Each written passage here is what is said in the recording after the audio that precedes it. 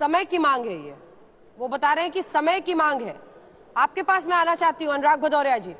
आप अखिलेश जी बढ़ चढ़ कर कह रहे हैं, लेकिन ये बाकी राज्यों में चल नहीं रहा है। ये कास्ट सेंसस वाला कार्ड जो चुनावों के पहले खेला जा रहा है वो कास्ट नहीं चला। हमारा एग्जिट पोल ये बता रहा है, जनता ओबीसी जो वोटर है वो अभी भी बीजेपी के साथ खड़ा दिखाई दे रहा है, जैसा पिछले 2 लोकसभा चुनाव में हुआ। इसमें क्या सबक छिपा है?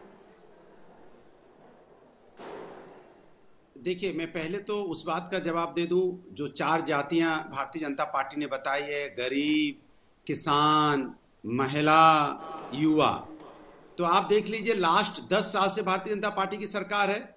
जैसे मेरे साथी बता रहे थे, गरीबी रेखा से नीचे आने वालों की संख्या बढ़ती चली जा रही है। तो गरीबी तो आपने दूर की नहीं, गरीबी बढ़ा दी देश के अंदर में, और आपने लाइन में और लगवा दिया कि 5 किलो चावल 5 किलो आटा में आप लाइन में लगे रहिए और यही आपकी जिंदगी होगी, क्योंकि आपको रोजगार हम देंगे नहीं, इसी में आपको जीना है। तो आप लगातार और 5 साल के लिए और आपने वादा करते चले जा रहे हो, मतलब उनको पैरों पे नहीं खड़े होने देना है। तो गरीब तो आप बनाना चाहते हो। युवा की बात, जहां तक युवा तो बेरोजगार है, वो तो धरना देते घूम रहा है चारों तरफ कि हमें रोजगार दे दो। आज बेरोजगारी की दर 8 के ऊपर है, इस पे चर्चा कर लेते। और महिलाओं की तो आपने हाल देखा ही है, महिलाओं का हाल तो पार्लियामेंट के सामने 500 मीटर दूर पे आपने देखा, जो पहलवान महिलाएं थी कैसे न्याय मांग रही थी, कैसे उनको घसीटा गया। क्या उनको न्याय मिला? क्या उनके साथ अन्याय हुआ? क्या न्याय सरकार दिला पाई उनको? मणिपुर की बेटियों को न्याय दिला पाई? ये सवाल बहुत बड़ा सवाल है। देश की राष्ट्रपति जी को जब वो पार्लियामेंट के उद्घाटन, जो नया भवन बनता है उसको उद्घाटन में नहीं बुलाते, तो महिला सम्मान की बात कहां करते हैं ये? और किसान की बात कर लीजिए, यही किसान 1-1 साल तक धरने पे बैठा रहा, चाहे तपती हुई धूप हो, चाहे यहाँ पे बारिश हो, चाहे कड़ाके की ठंड हो। न जाने कितने किसानों की मौतें हो गई, तब जाकर आपको बिल पास करना पड़ा। माने मौतें होंगी किसानों को, तो आप काला कानून अपना पास करोगे।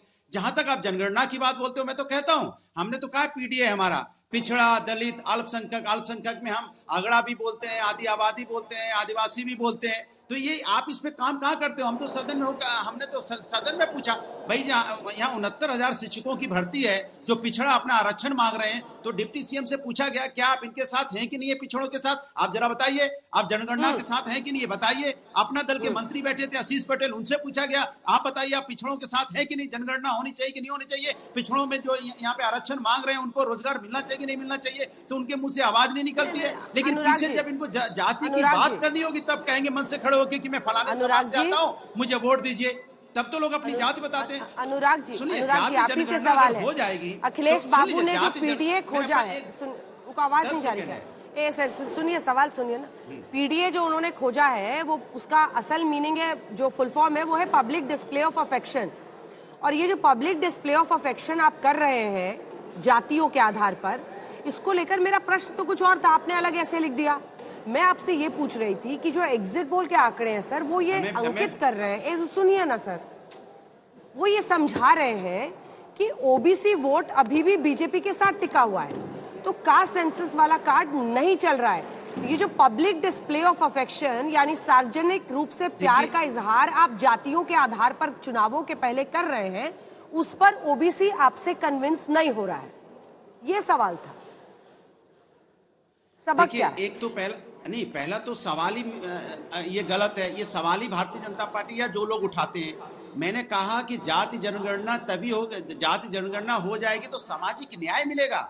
आपको पता चलेगा कितने लोग अभी पिछड़े हैं, कितने लोगों को आगे लाने की जरूरत है। हाँ, हो सकता है भारतीय जनता पार्टी को चुनाव स्टैंड नजर आता है, लेकिन हम सामाजिक न्याय की बात कर रहे हैं कि समाज में हर वर्ग का उनको अधिकार मिले, उनको सम्मान मिले, उनको वो जगह मिले जो जगह उनको मिलनी चाहिए। जिस तरह से तभी तो आप उन्नति कर पाएंगे, तभी तो आप उनको आगे ले पाएंगे, जब आपको पता चलेगा किस संख्या के कितने लोग हैं और किसको कितनी जरूरत है।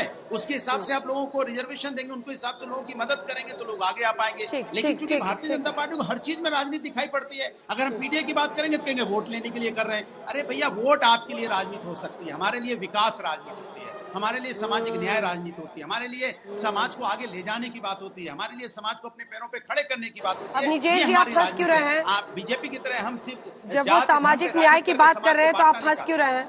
हाँ, इसके बाद शशि शेखर जी, विनोद जी में फौरन आ रही हूँ। अब निजेश जी का एक कमेंट हो जाए। वो कह रहे हैं कि हम सामाजिक न्याय की चिंता करते हैं, वोट की चिंता नहीं है अखिलेश बाबू को। अंजना जी, मैं किसी के बीच में नहीं बोलता और अपेक्षा ये रखता हूँ कि मुझे बोलना दिया जाएगा। पहली बात तो ये कि कांग्रेस के इस जाति जनगणना के सवाल पर, ओबीसी के मसले पर अखिलेश यादव जी ने कहा जब राहुल गांधी ने कहा कि एक्सरे की जरूरत है तो उन्होंने कहा अब एक्सरे तो बहुत पुराना हो गया, अब एमआरआई का जमाना आ गया, कहाँ पड़ी हुई है कांग्रेस, और अगर करना था तो इतने सालों तक उसने क्या किया, और जहां जहां जब जाति के आंकड़े आए भी तो वो सार्वजनिक क्यों नहीं किए। तो अखिलेश यादव ने कांग्रेस को जवाब दे दिया था।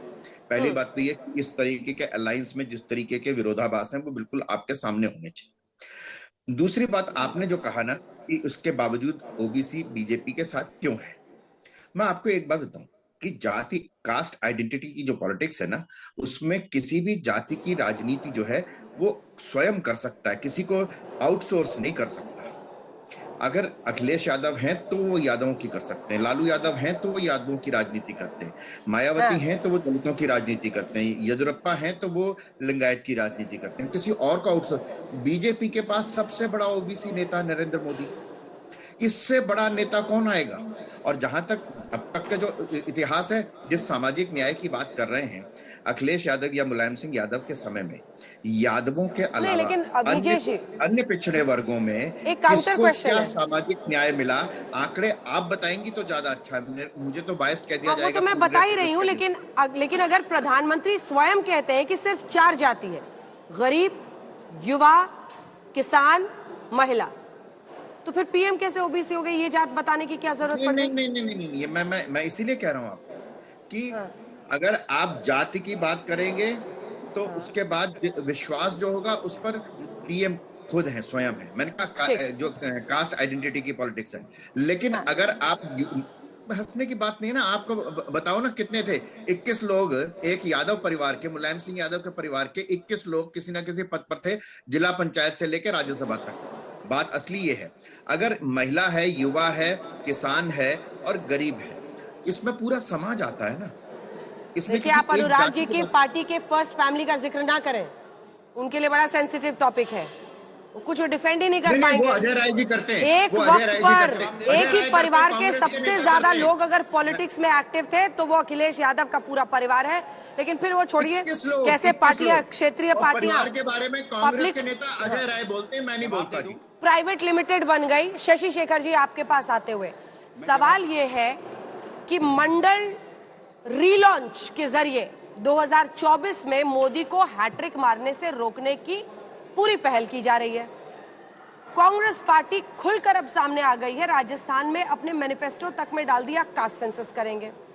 राजस्थान के आंकड़े दिखाइए, जाट हो तो गुर्जर हो तो गुर्जर, सचिन पायलट के होते हुए सारे के सारे ज्यादा, मतलब जाट अगर 42%, एक बार नंबर दिखा दीजिएगा प्लीज, 36% कांग्रेस के साथ जाट गए हैं तो 42 बीजेपी की तरफ, गुर्जर 39% अगर गए हैं कांग्रेस की तरफ तो 43 बीजेपी की तरफ, अन्य ओबीसी, ये डेटा है, इसको चेंज कराना होगा, जो अन्य है उसमें आप देखेंगे अन्य ओबीसी, उसमें भी 55% बीजेपी की तरफ जाता हुआ दिखाई दे रहा है। ये डेटा गलत है, जो पहले लिखा हुआ था स्क्रिप्ट में वही सही है, उसको ठीक करा दीजिए। ये क्या बता रहा है मंडल 2 के बारे में, मंडल रीलॉन्च के बारे में?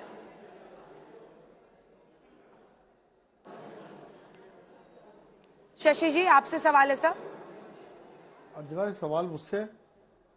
अच्छा, आप एक बार जरा सवाल रिपीट करेंगी प्लीज। सर मैं राजस्थान के आंकड़े दिखा रही थी। राजस्थान हो, छत्तीसगढ़ हो, मध्य प्रदेश हो, ओबीसी वोट बीजेपी की तरफ जाता हुआ दिखाई दे रहा है। जो मंडल 2 के जरिए मोदी को हैट्रिक मारने से रोकने की विपक्ष की कोशिश है, क्या उसको एक सेटबैक है एग्जिट पोल के सर्वे के मुताबिक? इसमें 2 कॉन्ट्रेरी पॉइंट्स हैं Chitra, sorry Anjana, I am really sorry. पहला पॉइंट ये है कि ये पूरी तरह बेअसर रहा है, इसको मानना इसलिए अनुचित होगा क्योंकि अगर आप 2019 से और 2014 से मिलाएं इसको तो लगभग दोगुना हो गया है कई जगहों पर, तो इसको पूरी तरह बेअसर मानना अनुचित होगा। लेकिन ये उतना असरकारी नहीं है कि इनको, मैं आपके एग्जिट पोल के आंकड़ों पर ही टिप्पणी कर रहा हूं, 3 को ये स्थिति बदल भी सकती है, लेकिन ये उतना असरकारी नहीं है कि वो एकदम से इनको सत्ता के शीर्ष पर पहुंचा दे या सत्ता की चौहद्दियों में दाखिल करा दे। उसकी 2-3 वजह हैं। वजह नंबर 1 कि नरेंद्र मोदी ओबीसीज के अनडाउटेडली देश में सबसे बड़े लीडर हैं। अगर बाकी ओबीसीज के लीडर की बात करें, चाहे तेजस्वी यादव हो, चाहे नीतीश कुमार हो, चाहे अखिलेश यादव हो, चाहे भूपेश बघेल हो, चाहे कोई अन्य हो, उनकी अपने राज्य के बाहर अपनी ही बिरादरी के लोगों में कोई अपील नहीं है। यूपी और बिहार इसके टिपिकल उदाहरण है। दो बड़े यादव वंश हैं वहां पर और दोनों की एक दूसरे राज्यों में कोई अपील नहीं है। तो नरेंद्र मोदी अनडाउटेडली देश के सबसे बड़े ओबीसी लीडर हैं। लेकिन ये जब मैं बोल रहा हूं तो मुझे लगता है कि वो उनके साथ इनजस्टिस है, अन्याय है, क्योंकि देश के नेता हैं और उनको सबका वोट मिलता है। लेकिन लगता है ओबीसी उनमें आसरा रखे हुए हैं, एक बात। दूसरी बात, ओबीसी के अपने चेहरों का भी असर पड़ता है। शिवराज सिंह चौहान ओबीसी है, गहलोत साहब ओबीसी हैं और जो भूपेश बघेल है वो भी ओबीसी है। थोड़ी थोड़ी अगर हम माइनर चीजों, माइनर परिवर्तनों को देखें तो कांग्रेस के लिए आपके इस एग्जिट पोल में मध्य प्रदेश को छोड़ के राजस्थान और छत्तीसगढ़ से अच्छी खबर है। मध्य प्रदेश से ज्यादा राजस्थान अगर वो बचा लेते हैं तो बहुत बड़ी बात होगी, क्योंकि राजस्थान बचने की कोई उम्मीद दिल्ली में कोई नहीं मानता था। वहां पे ग्राउंड पे जिन लोगों ने देखा उन्होंने देखा होगा। तो मैं ऐसा नहीं मानता पूरी तरह बेअसर है, लेकिन उतना असरकारी नहीं हुए जितना होना चाहिए था। एक आखिरी बात और बोलना चाहूंगा जनाब, कि अभी ये जो इंडिया वाला जो मामला है, इंडिया अभी शेप में नहीं आया है। और जो नीतीश कुमार ने वहां पे किया है बिहार में, उसमें अभी पहली बहाली, अगर मैं बिहार के हिसाब से बोलूं, पहली नियुक्तियां होनी शेष है। जो 6000 पोस्ट उन्होंने निकाली हैं, अगर उसकी नियुक्तियां उन्होंने कर दी तो उसका असर बढ़ेगा, इसमें कोई दो राय नहीं है। लेकिन 2024 में क्या होगा ये आज बोलना बिल्कुल उचित नहीं होगा, क्योंकि दोनों तरफ सधे हुए खिलाड़ी हैं। अंजना। ठीक है।